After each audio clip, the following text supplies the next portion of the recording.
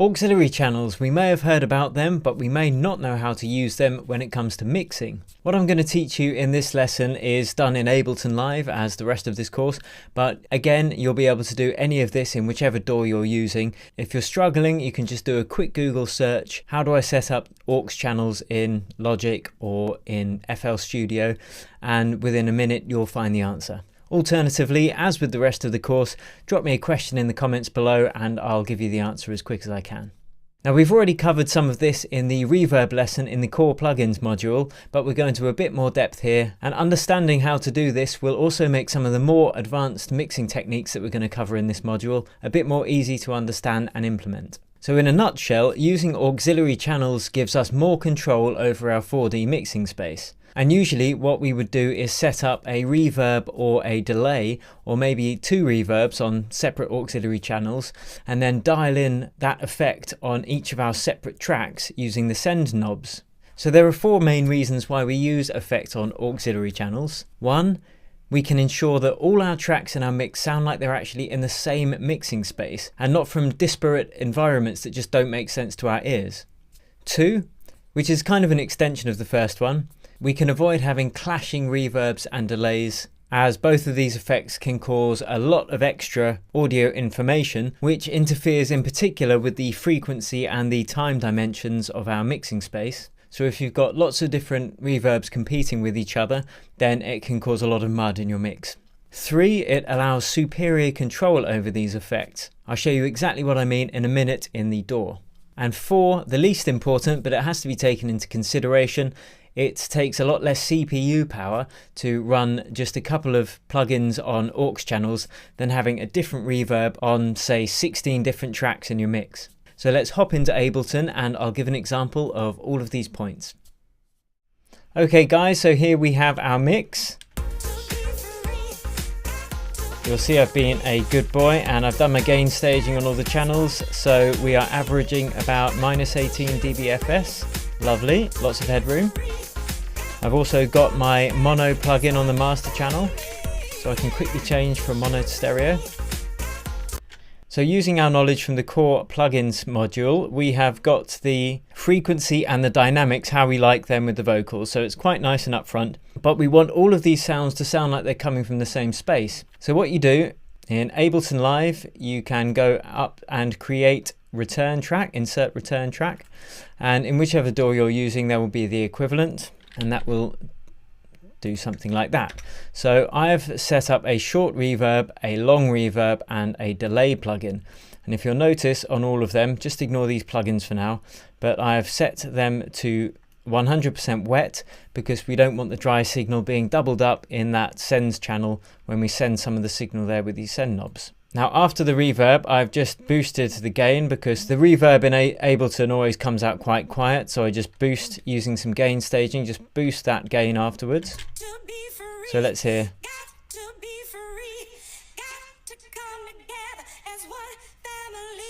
Now the reason I've used two reverbs is because I've got one that's very short, which is like a slap reverb, and that's to give the sounds presence. So it's like a very short echo and it makes them sound like they're coming from the same space.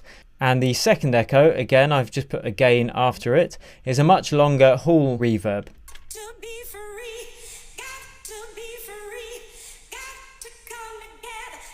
And a longer reverb increases the perceived size of our 4D mixing space.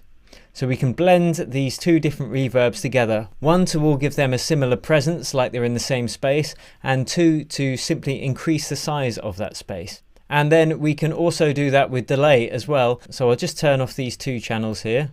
So we're just hearing the delay.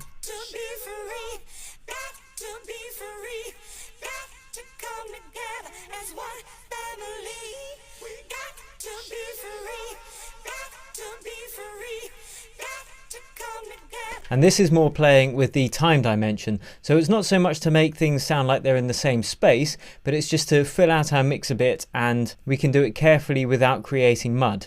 Which pretty much covers point 2, which is about not having different clashing reverbs, because for instance, if we have a reverb here, we'll just take that all down. Let's stick a reverb on our lead vocals, not on an auxiliary channel.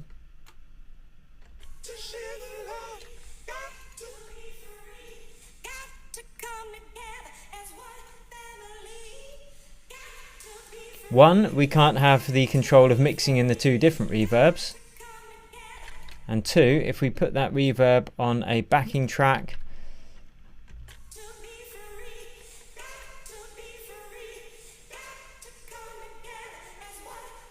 and start playing with the settings,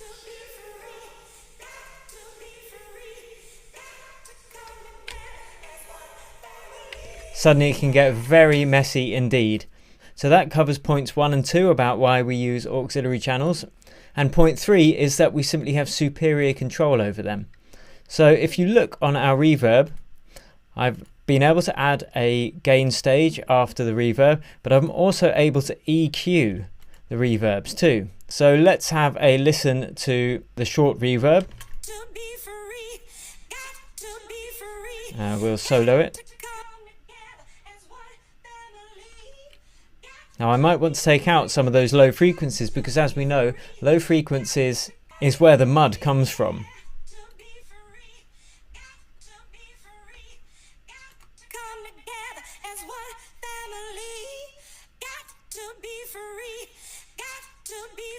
And you could even add saturation to that reverb channel, except of course you then want an EQ afterwards to take out some of the unwanted frequencies. But we can do that with the long reverb as well.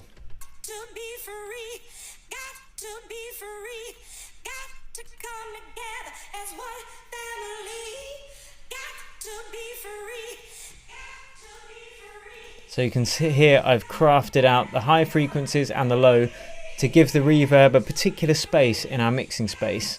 And there's even more awesome control you can have over these aux channels for creating clarity in your mix, which I'll go into in the sidechain compression lesson. And when you've decided where you want each element in the mixing space, which we're going to go into in a later module, you can start adding bits of these reverb and delays to different instruments, making sure it sounds good in mono, always.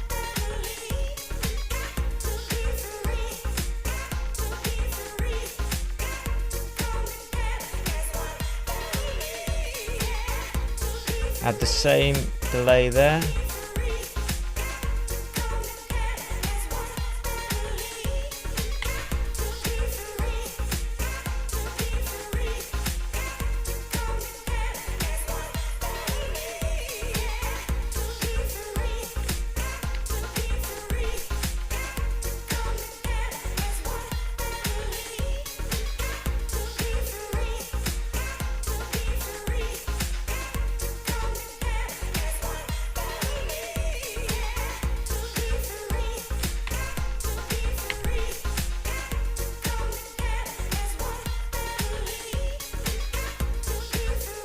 So you can hear now it all sounds cohesive, like it's just in one space. Now there's some next level professor stuff that we can do with aux channels as well, which we're going to cover just in a couple of lessons time in this module. So hold fire, take this on board, try setting up a couple of aux channels in your own DAW if you haven't already, and have a play. It can be quite fun, especially when you start EQing out some of the unwanted frequencies after the reverb or the delay, and you realize how much control you have to cut away some of that mud that's been cluttering up your mixes. In the next lesson, we are going to have a quick look at grouping and bus processing and the power that that gives us over our mix. So I'll see you there.